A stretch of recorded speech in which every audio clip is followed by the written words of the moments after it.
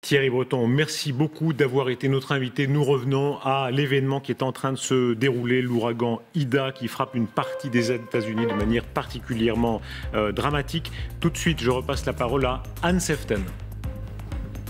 Et bonsoir Darius, bonsoir à tous. Vous l'avez dit, les États-Unis et Joe Biden suspendus au sort des habitants de la Louisiane et de la Nouvelle-Orléans. 16 ans, jour pour jour, après l'ouragan Katrina qui avait fait 116 morts. Aïda a touché les côtes de la Louisiane à 11h55, heure locale, un peu avant 19h en France. Aïda, ouragan classé en catégorie 4 par le NHS, le Centre national américain des ouragans. Soyez les bienvenus. Je vous présente mes invités. Laurent Saïm, qu'on ne présente plus, consultante LCI spécialiste des États-Unis. Boris Veliachou, vous êtes architecte et ingénieur expert des risques majeurs. Bonsoir à vous. Et puis Ange Noiret, notre spécialiste météo. Sans plus attendre, on va tout de suite se diriger vers la Nouvelle-Orléans.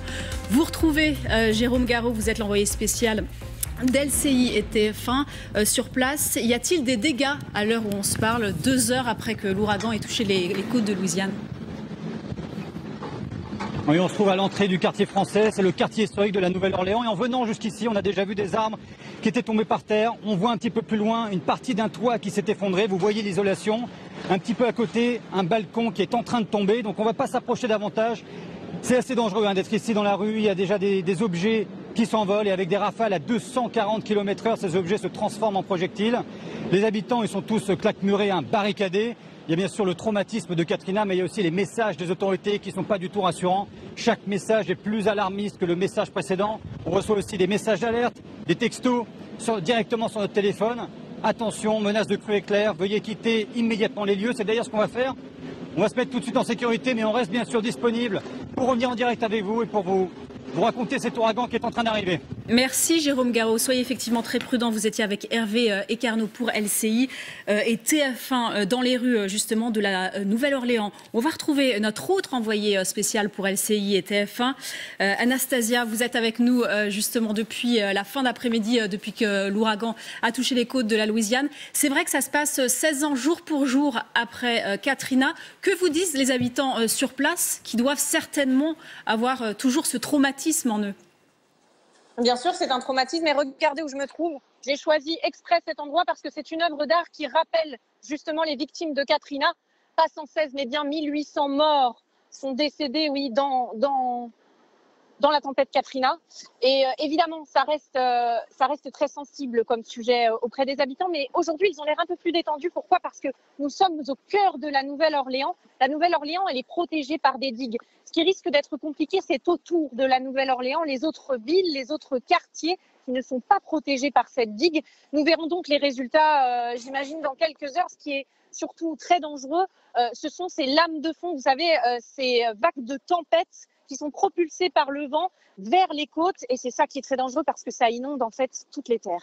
Merci Anastasia Hoffman. Avant de revenir sur ce qui s'était passé avec vous, Laurent Saïm, il y a 16 ans, justement avec Katrina, on voulait comprendre un peu ce soir ce qui se passe. Ange Noiret, si Aïda passait en catégorie 5, là il est actuellement catégorisé 4, ça pourrait être le pire ouragan qui est connu la Louisiane depuis les années 50. C'est ce que nous dit le Centre national américain des ouragans. C'est vrai que là actuellement, les images que nous a montré Jérôme tout à l'heure, elles sont assez impressionnantes. C'était des images d'ailleurs en direct qui nous parviennent de la Nouvelle-Orléans, puisque Jérôme nous les montre depuis cet après-midi. Est-ce que ça risque d'arriver? Selon vous, les messages des autorités étaient très inquiétants. C'était ce que nous disait en tout cas Jérôme, qui recevait aussi lui-même des alertes sur son téléphone tout à l'heure. La catégorie 5 sur 5, elle est de moins en moins probable, puisque ça y est, il a touché terre, et les ouragans, on le sait, ils puisent leur force sur les océans, sur les mers chaudes. Donc là, c'est assez logique, ça y est, il n'est plus sur la mer, donc il devrait perdre en intensité prochainement au fil des heures. Il est tout de même toujours en catégorie 4 sur 5, ce qui est énorme, avec des rafales de vent aux alentours de 240 km/h. La barre pour passer catégorie 5, c'est 250 km/h. Donc on n'est pas loin, on est à 10 km/h près. Donc là, bien sûr, des dégâts énormes qui vont être causés en Nouvelle-Orléans, mais pas que. Également un petit peu plus au sud, sur Grand Isle par exemple, ils ont déjà observé des toitures envolées avec des rafales de vent monstrueuses. Et puis une fois que ça se sera passé, le vent, Il y a ensuite les pluies torrentielles, tout de même. Il y a 500 mm de pluie attendue sur 24-48 heures. C'est énorme également. C'est l'équivalent de 9 mois de pluie à Paris. À peu près, voilà. Qu'on comprenne, à peu près. Sur un an, on attend à peu près 600 mm de pluie sur Paris. Et là, 500 mm, donc on comprend assez facilement que c'est énorme en 24-48 heures au passage de cet ouragan. Et en plus, notre envoyé spécial nous l'a dit, il y a l'élévation du niveau de la mer qui va se superposer à tout ça.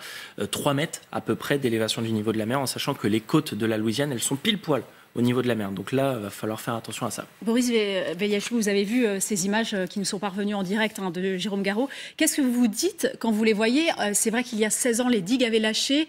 Là, on a renforcé justement ces digues dans la Nouvelle-Orléans et en Louisiane. Qu'est-ce que vous vous dites quand vous voyez ces grosses rafales arriver et ces dégâts qu'il nous a montrés tout à l'heure?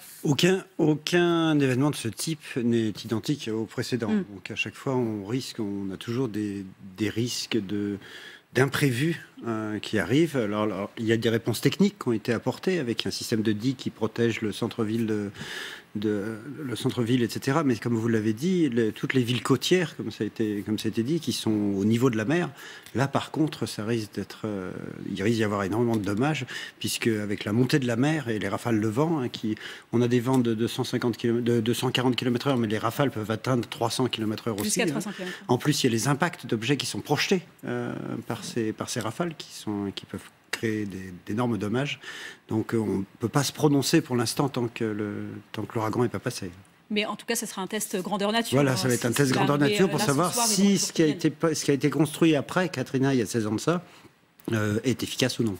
Laurent Saïm, on le disait, Anastasia nous le disait, c'est la référence, Katrina. Il y a des traumatismes qui ont été faits, 1800 morts, traumatisme national, qui a aussi d'ailleurs révélé dans la société des fractures. On se souvient de ces populations afro-américaines qui avaient notamment été expropriés, qui n'étaient pas revenus à la suite de ça. C'est vrai que ça a révélé plein de choses. Il y a un traumatisme Katrina aux États-Unis et ça arrive, on l'a dit, 16 ans après. Et il y a 2 ouragans qui sont arrivés, qui ont eu cette force. Le premier, c'était en 1856, qui s'appelait l'ouragan de la Grande Île, qui était un catégorie 4 ou catégorie 5, même si à l'époque, on n'avait pas beaucoup d'échelle. Et puis, il y a Katrina, qui a laissé un traumatisme absolument profond dans la société américaine. Et l'ouragan qui s'appelle Ida arrive donc 16 ans après. Katrina, c'était 1800 morts et pendant des mois, la reconstruction de la Nouvelle-Orléans et d'une partie de la Louisiane. Katrina, c'était catégorie 3, la Ida est catégorie 4. Et ce qui est très inquiétant, et ce dont à mon avis on ne parle pas assez, c'est que la Louisiane est très touchée par la Covid. Les hôpitaux sont complet parce que la Louisiane est un des États où il y a eu le moins de vaccinés. La moitié de la population en Louisiane n'est pas vaccinée. Les médecins et 2700 hospitalisations. Absolument. Ces derniers temps, et les médecins sont en train déjà de lancer des cris d'alarme en disant ne venez pas dans les hôpitaux, nous viendrons vous chercher parce que nous ne sommes pas en capacité de vous recevoir. Il va y avoir des dommages massifs, il va y avoir des inondations massives. Et moi, ce qui m'avait frappé en étant sur place il y a 16 ans pour Katrina, c'est de voir qu'à un moment donné, quand un ouragan arrive, vous êtes comme dans une zone de guerre, totalement prisonnier de la ville. Vous ne pouvez pas sortir, vous n'avez plus d'eau là, d'après ce que je commence à découvrir. Il y a des milliers d'habitants qui déjà n'ont plus d'électricité chez eux, n'ont plus d'eau potable. Et vous savez, les Américains, c'est des gens qui aiment bien avoir des choses chez eux. Sur Katrina, il y avait quelque chose qui m'avait frappé, c'est quand on était avec l'armée américaine, on était au-dessus des toits et les gens demandaient de la glace parce qu'ils ne pouvaient pas vivre sans la glace. Et c'est toujours par les petits détails qu'on mesure à quel point des populations civiles gèrent des catastrophes. Aux États-Unis, en Louisiane, un ouragan qui arrive, eh bien, c'est quelque chose de catastrophique pour des gens qui sont habitués à vivre d'une certaine manière. On va regarder ces images, si vous le voulez bien, des images qui ont été prises notamment par le Centre national américain des ouragans à bord d'un avion. Ange, quand vous regardez ces images, qu'est-ce que vous vous dites justement sur cet ouragan Aida qui est classé en catégorie 4 justement? Ça, c'était ce matin à l'intérieur même de ce cyclone. Hein. Oui, c'est impressionnant. C'est l'armée de l'air américaine avec les services météo américains qui envoient carrément, directement des avions dans les ouragans pour mesurer le vent, mesurer la pression. Là, en effet, c'était ce matin. On a vu l'œil du cyclone. Alors, dans l'œil, Il n'y a pas trop de soucis, hein, ça c'est assez connu. Le vent, il est plutôt calme. Alors vous nous dites que ça ne peut pas passer en catégorie 5. Les images, elles sont tout à fait impressionnantes. Très impressionnant. C'est un ouragan majeur. À partir de 3 sur 5, on parle d'ouragan majeur. Donc là, on est en catégorie 4. Vous l'avez dit tout à l'heure, c'est une catégorie au-dessus de Katrina par rapport à il y a 16 ans. Alors Katrina, il faut le rappeler, il était 5 sur 5 dans le golfe du Mexique. Et juste avant d'impacter la Louisiane, il a un peu dégonflé.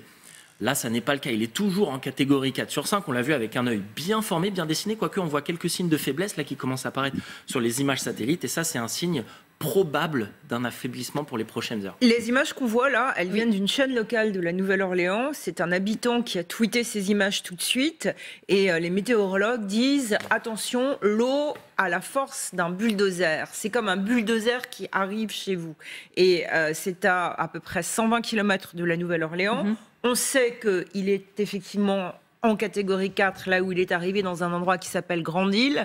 Et en fait, il va, parce que c'est comme ça qu'un ouragan fait, il va progressivement diminuer, mais avec des vents toujours très forts. Et maintenant, ce qu'on craint, c'est en plus des vents, c'est des tornades. Et il y a une alerte aux tornades, non seulement sur toute la Louisiane, mais aussi sur une partie du Mississippi. On les voit justement, ces tornades, toujours des images en direct qui nous parviennent justement par nos équipes qui sont sur place, avec des rafales, on voit bien, qui ont déraciné actuellement, à l'heure où on se parle, à 21h heure française, justement, ces arbres. On va retourner sur place, retrouver un témoin. Il est chef du restaurant Le Café de Gars à la Nouvelle-Orléans. Bonjour Charles Régnard. Tout d'abord, où êtes-vous? Êtes-vous à l'abri? Avez-vous quitté votre domicile? Et que voyez-vous ce soir?